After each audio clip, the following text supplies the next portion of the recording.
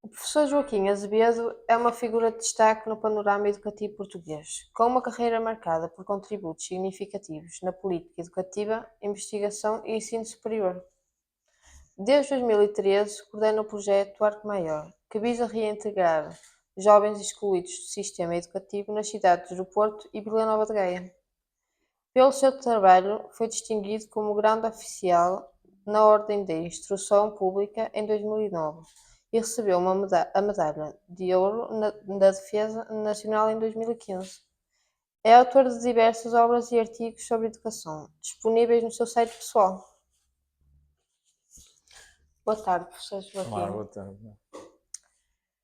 No âmbito de coordenador do projeto Arco Maior, gostaria de lhe colocar umas seguintes questões. Como o senhor professor analisa o projeto do Arco Maior na formação dos estudantes em 2050? Que competências serão prioritárias? Pois, boa tarde também. Eu acho que em 2050 é provável que o Arco Maior já não exista. Eh, a minha expectativa, pelo menos, é essa. É que já não exista, não seja necessário e por isso, porquê? Sobretudo porque a questão porque é assim, nós só existimos porque existe exclusão nas escolas, não é? Porque existe nas escolas um conjunto de práticas que levam à marginalização e ao abandono. E nós temos ainda 25 anos para recuperar isso. E por isso é que eu digo que é provável que em 2050 isso não seja necessário e, portanto, o Arco Maior já não existe. Muito bem. Quais as mudanças estruturais ou pedagógicas que o projeto Arco Maior está a planear para acompanhar as transformações tecnológicas e sociais das próximas décadas? Nós não estamos a fazer, quer dizer, nenhuma preparação muito especial. Nós o que para fazer face às transformações tecnológicas. O que nós estamos é a tentar aprofundar duas prioridades. Uma é esta ideia da proximidade, da conexão, do respeito pela identidade de cada um de vocês. Portanto, estarmos muito próximos, mas uma proximidade com respeito e estarmos muito disponíveis para vos escutar. Portanto, isso é o principal que, em termos de projeto educativo, nós temos para vos oferecer. Essa ideia de que estamos ao vosso lado para vos encorajar, para vos promover, é essa sempre a nossa perspectiva de trabalho. E, por outro lado, estamos muito interessados em ajudar-vos a inserirem-se melhor no mercado de emprego, seja ele mais tecnológico ou menos tecnológico. O importante é ajudar-vos a desenvolver competências para entrar no mercado de trabalho. E essas competências aprendem-se, também se treinam, e nós estamos a fazer agora é a criar mais oportunidades para vocês fazerem experiências profissionais. Enquanto estão cá, fazerem experiências profissionais, chama-se isso, experiências profissionais protegidas, que é para as poderem desenvolver enquanto estão connosco. E essas duas, enquanto nós investirmos nessas duas dimensões, estamos a ajudar-vos a fazer face ao mundo tal como ele é e tal como ele venha a ser. Continua a ser. Portanto, o mundo pode mudar muito à volta em termos tecnológicos, mas a realidade humana continua a ser a mesma. Muito bem. O conceito de abandono escolar modificará até 2050 e como o projeto Arco Maior se adaptará a essas transformações. Pois, como eu dizia há bocado, eu creio que em 2050 não, o abandono escolar, como ele é conhecido hoje, creio que não existirá. Se nós olharmos para trás, em 1985, por aí, não havia 50% de abandono escolar precoce. Hoje só há 8, 9%. Portanto, nós temos 25 anos pela frente e temos possibilidade de reduzir esses 8% a zero. percebes? Portanto, eu creio que está perfeitamente ao nosso alcance, nestes próximos anos, reduzir e já não haver abandono escolar precoce, isto é, as escolas todas da cidade do Porto e de Gaia, estas escolas já não, digamos, estão, já não existe abandono escolar nessas escolas, porque também já não haverá nenhumas formas desenvolvidas no interior da escola que sejam de marginalização dos alunos, portanto haverá sempre capacidade de criar dentro das escolas, com mais autonomia, mais flexibilidade, soluções dentro das escolas para que os alunos não saiam, que é o que não acontece hoje em muitas circunstâncias. Portanto, isso tem que ser feito dentro das escolas, porque isso é que é ser uma escola inclusiva a sério. Não é? Que soluções é que o professor acha que podiam ser feitas para acabar com essa exclusão dos alunos? Eu acho que há uma primeira ideia que é, existe marginalização, existe exclusão, existe falta de atendimento da identidade de cada pessoa, sobretudo em relação àqueles que estão numa situação social mais degradada, não é? Ou que vivem situações de vida mais complexas. E o que é importante, para haver inclusão escolar, é preciso que haja inclusão social. O Porto é uma cidade muito desigual. O Porto tem quase 25% da população vive em bairros sociais e em ilhas. E é uma população que é muito desigual. E a organização urbana, a cidade está organizada de uma maneira também que só promove a desigualdade. Era preciso pensar a cidade de outro modo e, portanto, pensar a inclusão escolar só dentro da escola é impossível. É preciso pensar a inclusão escolar num contexto de inclusão social, portanto, haver muito mais igualdade social. E isso favoreceria muito a inclusão escolar. Depois, as escolas daqui até lá têm que evoluir muito em autonomia, em capacidade de se reorganizarem pedagogicamente e organizacionalmente, que é o que o Arco Maior faz. O Arco Maior, quando foi autorizado pelo Ministério da Educação, foi autorizado como desenvolver uma atividade de uma turma PF ou de uma turma EFA, que é assim que o Ministério designa. Mas nós dentro dessa autorização, construímos uma realidade pedagógica ao longo destes anos, que é uma realidade que está mais capaz de vos ajudar a crescer, a promover-vos, a vocês que são muito diferentes dos outros. Depende, há muitos casos entre vocês também, mas que são mais desiguais, menos iguais que os que normalmente estão na escola. E então, o que é que nós fazemos? Reorganizamos-nos em termos pedagógicos, só trabalhamos em projetos interdisciplinares, por exemplo, reorganizamos-nos nos professores, a equipa de professores trabalha de outra maneira durante a semana, e isso devia ser possível dentro das escolas. Portanto, isso devia ser possível realizar-se dentro das escolas, e hoje não é. E é esse passo que é preciso dar nestes 25 anos. Muito bem. Como o senhor professor prevê a evolução da inclusão escolar daqui a 25 anos, especialmente no que diz respeito aos alunos com necessidades especiais e grupos marginalizados? Pronto, é mais ou menos isto que eu acabei de dizer, não é? Sim, acho que já está mais ou menos respondido. Sim. Tem que ser resolvido, voltar a essa ideia, portanto, isto tem que ser resolvido dentro dos agrupamentos escolares, tem que haver condições, as direções e as lideranças todas dessas escolas têm que ter capacidade e possibilidade legal para encontrarem soluções muito diversificadas dentro da escola. Para uns uma solução, para outros outra, para os outros outra. Esta ideia de que nós damos o mesmo prato a comer, não é?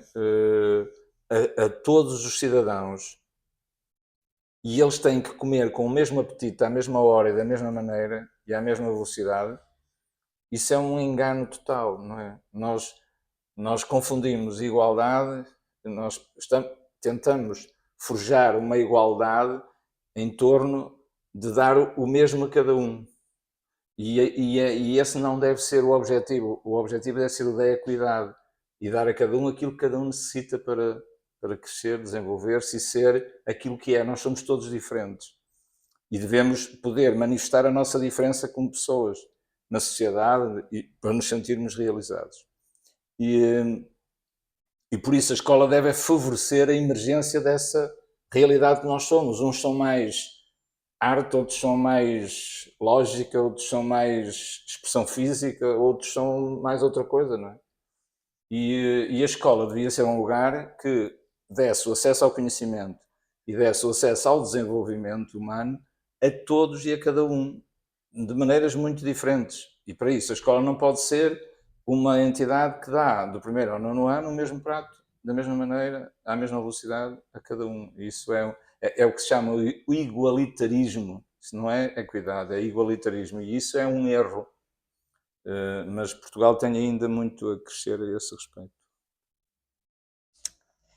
Com o projeto Arco Maior, pretende lidar com o impacto da inteligência artificial e da automação na educação nos próximos 25 anos.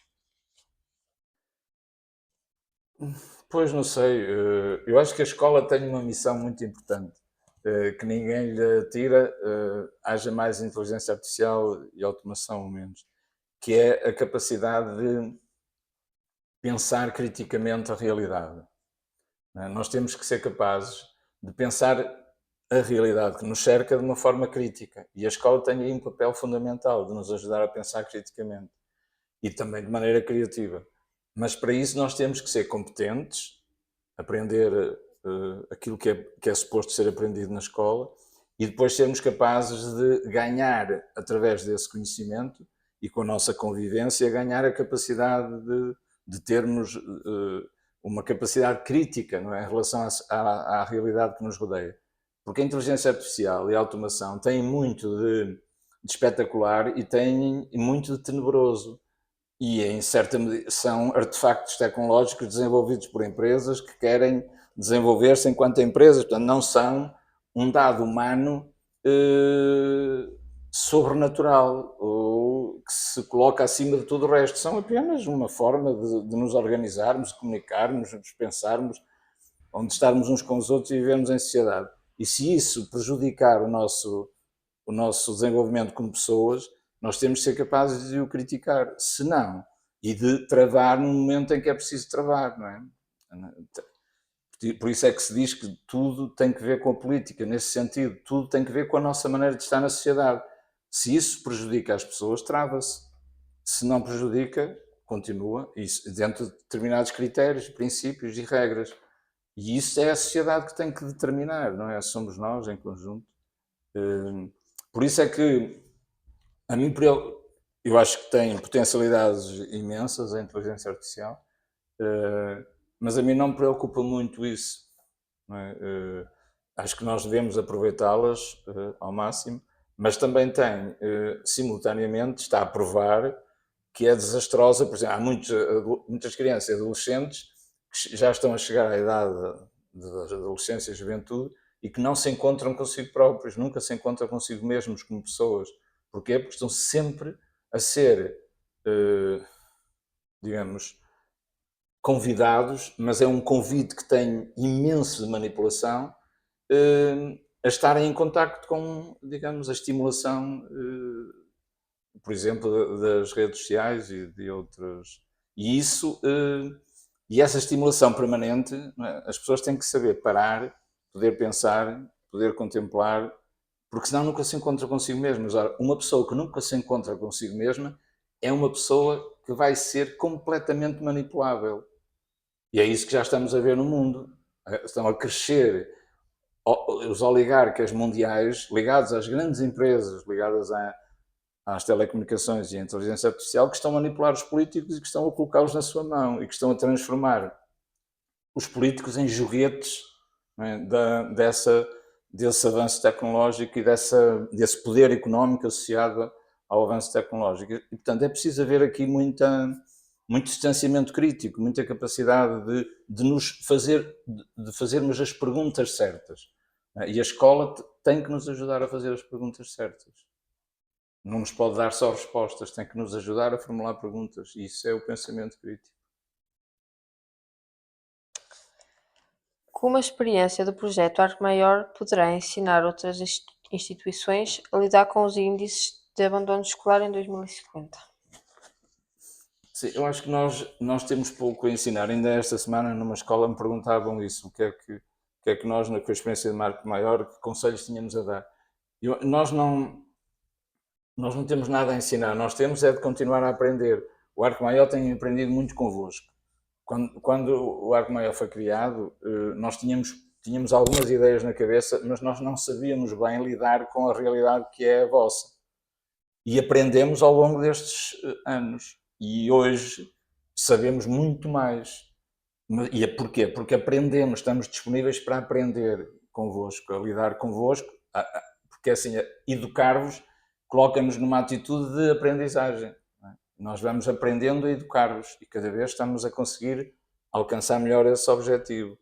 E, portanto, o que podemos dizer aos outros é que se coloquem nessa atitude também, de aprender com os alunos que têm dentro da escola e não fazerem de conta, não é? Porque as escolas muitas vezes fazem de conta, fantasiam, dizem que não podem, que não sei o quê, que não é possível, que tal, e depois tentam meter os problemas debaixo do tapete, esconder a realidade.